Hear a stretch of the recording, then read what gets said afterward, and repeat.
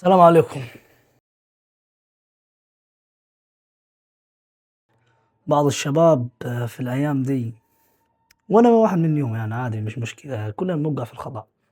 المهم، قصة طويلة هي. قوم حضر لك كوباية شاي أو فنجان قهوة، كده كده إحنا في الشتاء، وتعالى ثاني. بعض الشباب الأيام دي ما بتعرفش الصح من الغلط وبتوقع فيه. أو نقطة، ليه بتوقع في الغلط؟ بس نشوف شيء الأول، إيه سبب وقوعك في الغلط؟ عايز تعرف؟ أقول لك من غير لف ودوران. سبب وقوعك في الغلط أول واحد، تلفونك، تلفون التاتش. كلنا معانا تلفونات تاتش، بغض النظر عن الأنواع. أيا كان التلفون في إيدك تاتش، فهو أول مصيبة ممكن توقع في الغلط. ندي مثال، المثال بتاعنا بسيط جدا، خدته من واحد شيخ، يعني بدون ذكر أسماء، ما ينفعش أذكر اسمه. المهم يا سيدي، أنت عشان توقع في الغلط لازم يكون معك تلفون محمول. أنا بقول لك عشان توقع في الحاجة الغلط هيكون معك تلفون محمول. لو التلفون التاتش، المثال بتاعنا بيقول إيه؟ المثال بتاعنا بيقول راعي غنم معاه حوالي 40 راس، 40 خروف أو نعجة. المهم زي كده يا سيدي، راعي الغنم ده معاه حتة أرض قراط. القراط ده يابس محروت عشان ما تقولش فيه فضار من زرع ممكن البهائم تاكل مني، لا محروت خالص ما فيهوش ولا أي حاجة. المهم يا سيدي، الأرض دي راح يرعى فيها الغنم. الغنم مش هتلاقي حاجة تاكلها.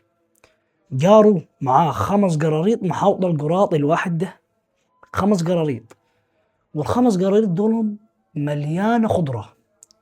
فاوريدي هو طبيعي البهائم هتروح تاكل منها. ليه البهائم سابت الارض بتاعتها اللي هي قاعده فيها ومحاصره فيها، وراحت كانت في ارض جيرانهم، مع ذلك انه كده حرام. راح اكل في ارض الغير من غير علمه، كده حرام. ايه السبب؟ السبب انه هو ودى بهايمه في ارضه وهو عارف انها يابسه، وعارف ان ارض غيره في زرع، فهو على طول يقول لك لا انا كنت قاعد بيهم في ارضي وهم راحوا، انا ماليش دعوه. لا، انت عارف، انت عارف لو رحت المكان ده هتوقع في الغلط وبهايمك هي هتروح، فما تروحش من الاول. هذا النقطه رقم واحد، ان انت عارف التلفون هيوقع في الغلط وبرضه بتمسكه وبتتفرج على الحيوان.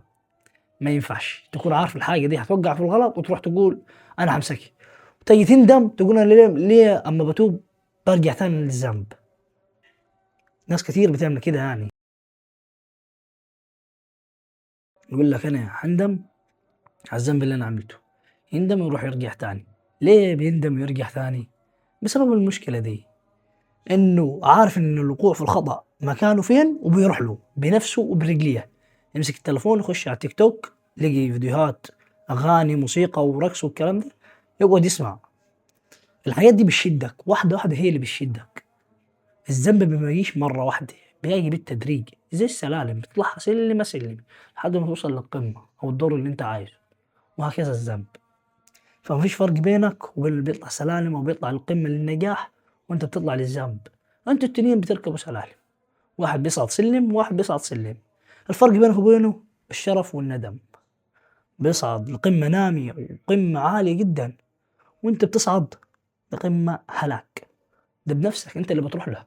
شفت صاحبنا بتاع البهائم والعياذ بالله، خد بهائمه وهو عارف ان ارضه فاضيه، مع ذلك خدها ورعاها في الارض الفاضيه عشان تروح تاكل من ارض الغير. هيقول لك البهائم راحت انا هتحكم فيها. لا، ما انت عارف ان ارضك فاضيه وارض جيرانك هي اللي فيها، ليه تروح بقى من الاول؟ فانت ما تروحش تمسك التليفون على حاجه انت مش راغبها اصلا، انت مش عايز تقع في الذنب، انا معك. بس نفسك اماره بالسوء، فانت قاوم نفسك. يا اما تبعد عنك التليفون التاتش، يا اما تحظر المواضيع دي. احظر المواقع خالص يا سيدي.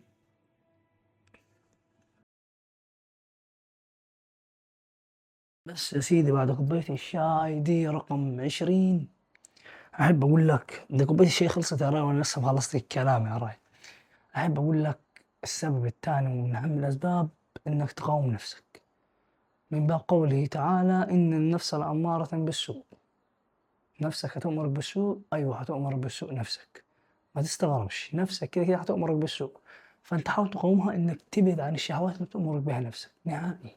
ما تقربش منها، ما تطلعش على السلم درجة درجة زي ما ذكرنا في السبب الأول. لكن السبب ده أهم، نفسك أهم من أي حاجة.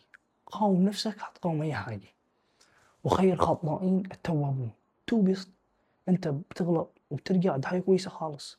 اغلط وارجع، اغلط وارجع، لحد ما في فترة عليك ربنا هيكره الذنب ده لقلبك، مش هيخليك ترجع لأي ذنب تاني. هتكره أصلا، أنت هتكره أصلا الذنب ده. فما تزعلش إنك بتعمل حاجة غلط. ازعل لو مش بتندم بعد ما تعمل الغلط، تزعل في وقت معاك في في الحتة دي يعني. لكن ما تزعلش لما تكون بتغلط وبتتوب، دي حاجة حلوة خالص. لأن مفيش إنسان معصوم من الخطأ، وإن أنت مش معاه. أما ثالث وآخر سبب معانا بقى يا سيدي، هو الصراحة مش آخر سبب يعني، ده في أسباب كتير ممكن توقعك في الغلط. نذكر ثلاثة في الفيديو ده منعا لإطالة الفيديو يعني. المهم، السبب الثالث العوامل الخارجية. زي إيه العوامل الخارجية؟ زي الضغوط اللي بيتعرض لها الإنسان، من كم ضغطي، من كم نفسي، الضغوط اللي بتضغطها الناس حواليك، تضغطك عشان تدي لها معلومة، تاخذ منك معلومة، ممكن يوقعك في الغلط. ممكن يوقعك في الغلط. الفترة اللي بيعدي بيها الإنسان من ضغوط الناس حواليه دي أكبر مشكلة ممكن توقعك في الغلط. بس يا سيدي كوباية الشاي خلصها. كوباية الشاي خلصت وخلصنا كلامنا. أهم حاجة أنت استفدت، يا رب يكون استفدت. ما تنساش بقى أهم حاجة تشير الفيديو مع غيرك لعل غيرك يستفيد، من باب الدال على الخير كفاعله. أنا وأنت يا صاحبي نكسب الصواب مع بعضينا.